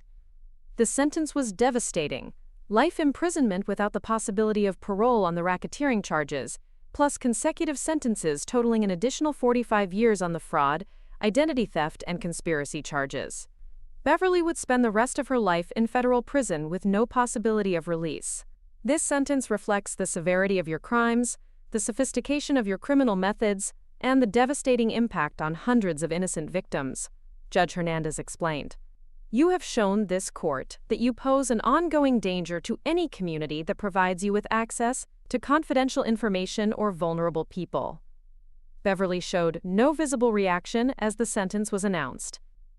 She sat motionless at the defense table, apparently having expected this outcome based on the overwhelming evidence and her disastrous testimony. The bailiff approached to escort her from the courtroom, and she was led away to begin serving what would effectively be a death sentence in federal prison. Outside the courthouse, reporters asked me about my feelings regarding Beverly's sentence and whether I felt vindicated by the outcome. I gave a brief statement emphasizing that the trial had been about justice for all of Beverly's victims, rather than personal revenge or family vindication. "My mother chose to spend years systematically victimizing innocent people who trusted her professional integrity," I said. "She chose to attack my wedding using criminal skills she'd developed through the theft of millions of dollars from families facing medical crises and financial hardship. The sentence reflects the severity of those choices and provides appropriate protection for future potential victims." I didn't feel celebration or satisfaction as I watched the news coverage of Beverly's sentencing. The life sentence provided justice and public protection, but it didn't restore the relationships she'd destroyed or undo the harm she'd caused to hundreds of innocent families. It simply ensured that she could never again exploit positions of trust to victimize vulnerable people. The civil litigation was still ongoing, with insurance companies, former employers, and individual victims pursuing financial recovery through various lawsuits. The seized assets would provide some restitution, but the full financial damage would never be completely recovered given the scope of Beverly's criminal activities. Marcus and I finally took our postponed honeymoon in July, traveling to New Zealand for 2 weeks of hiking and quiet time away from legal proceedings and media attention. It felt strange to celebrate our marriage so many months after the ceremony, but we needed the opportunity to focus on our relationship rather than criminal justice proceedings. During our time away, I began to process the full impact of what had happened over the past year. My wedding day had been destroyed, but my marriage had survived and grown stronger through the crisis. My relationship with Beverly was permanently severed, but I discovered authentic connections with other family members who had supported me throughout the legal proceedings. Most importantly, I'd learned to trust my own judgment and establish boundaries that protected my well-being, rather than accommodating other people's dysfunctional behavior. The woman who had accepted blame for Beverly's manipulation and minimized her mother's destructive patterns was gone, replaced by someone who demanded accountability and refused to enable harmful behavior. When we returned from New Zealand, I found dozens of letters from people who had followed Beverly's case through media coverage. Many were from other family members of white-collar criminals who had struggled with similar feelings of betrayal and confusion. Others were from victims of family-based fraud, who had found strength in seeing someone hold a family member accountable for criminal behavior. One letter particularly stood out, from a woman named Sarah, whose sister had embezzled money from their elderly parents' care facility while serving as their financial power of attorney. Sarah had discovered the theft, but had been pressured by other family members to handle the situation privately rather than involving law enforcement.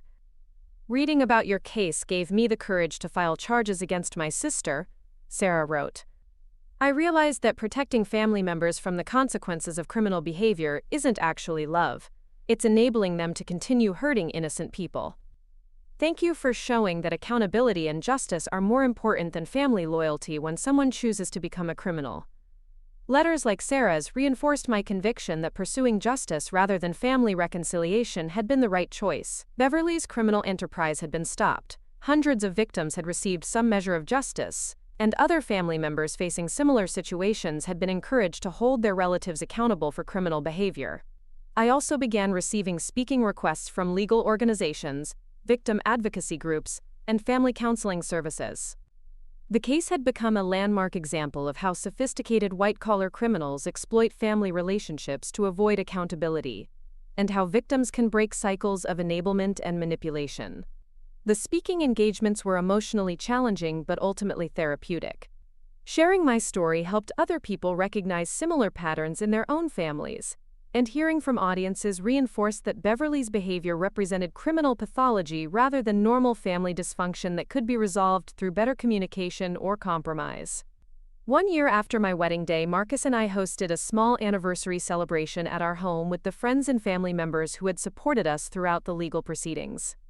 It wasn't the party we'd originally planned, but it represented something more meaningful, a community of people who had chosen authentic relationships over convenient denial. Kiara gave a toast that captured the significance of what had happened. To Natalie and Marcus, who showed all of us that love sometimes means refusing to enable destructive behavior, even when that behavior comes from family members who claim to love us. You chose justice over convenience, accountability over peace, and truth over comfortable lies. Your marriage survived the worst kind of betrayal and emerged stronger than before. The anniversary celebration felt like genuine closure on a chapter of my life that had been defined by accommodating Beverly's manipulation and minimizing her destructive behavior. I was no longer the daughter who accepted blame for her mother's choices, or who prioritized family harmony over personal well-being. Beverly was serving life imprisonment in a federal facility in Texas, with no possibility of parole or release. She had filed appeals that were systematically denied, and her legal options were essentially exhausted. The sophisticated criminal enterprise that had funded her comfortable lifestyle for more than a decade had finally been completely dismantled. According to reports from the prison system, Beverly had struggled with the reality of permanent incarceration and had been placed on suicide watch several times during her first year of imprisonment. She had reportedly expressed interest in participating in victim reconciliation programs, but her continued inability to accept full responsibility for her crimes had made such programs inappropriate. I had no interest in prison visits or correspondence with Beverly. The woman who had raised me was gone, replaced by the criminal who had systematically victimized hundreds of innocent people while maintaining a facade of maternal love. The relationship we'd had was based on deception and manipulation rather than authentic connection, and there was nothing to salvage or repair. My relationship with Stephanie remained severed, as she continued to blame me for Beverly's imprisonment rather than acknowledging the criminal behavior that had led to legal consequences. Some family relationships couldn't survive the revelation of truth, and I'd learned to accept that reality rather than trying to force reconciliation through compromise or denial. But other family relationships had grown stronger through the crisis. Aunt Carol had become a close ally and supporter, using her documentation of Beverly's historical behavior to help other family members process their own experiences of manipulation and abuse. My father had begun therapy to address his decades of enabling Beverly's behavior and had slowly begun rebuilding authentic relationships with family members he'd failed to protect. Most importantly, Marcus and I had built a marriage based on mutual respect, honest communication, and shared values, rather than the conditional love and manipulative dynamics that had characterized my family of origin. We'd faced the worst kind of betrayal together and emerged with deeper trust and stronger commitment to protecting each other from future manipulation. The legal proceedings were finally complete, the criminal enterprise had been permanently dismantled, and Beverly would spend the rest of her life in prison paying for her crimes against hundreds of innocent victims. Justice had been served, accountability had been achieved, and the cycle of enablement and denial that had protected Beverly's criminal behavior for decades had been permanently broken. I'd learned that sometimes the most loving thing you can do is refuse to protect someone from the consequences of their criminal choices, even when that someone is your mother, and even when that refusal means accepting the complete destruction of your family relationships. Truth and justice were more important than family loyalty when someone chose to become a criminal, and authentic love required accountability rather than unconditional enablement. The woman who had attacked my wedding reception with forged documents and fabricated accusations was serving life imprisonment for systematic criminal enterprise. The daughter who had once accepted blame for her mother's manipulation had learned to demand better treatment and authentic relationships. And the marriage that Beverly had tried to destroy with criminal methodology had survived and flourished, despite her best efforts to tear it apart. Beverly Brooks would die in federal prison. Her sophisticated criminal enterprise finally stopped through legal accountability. Her victims had received justice, her criminal methods had been exposed and documented, and future potential victims were protected from her manipulative skills. The cycle of family enablement that had protected her for decades was permanently broken, and the truth about her criminal nature was finally visible to everyone who had been deceived by her carefully constructed facade. That was justice, that was accountability, and that was enough. Up next, you've got 2 more standout stories right on your screen. If this one hit the mark, you won't want to pass these up. Just click and check them out.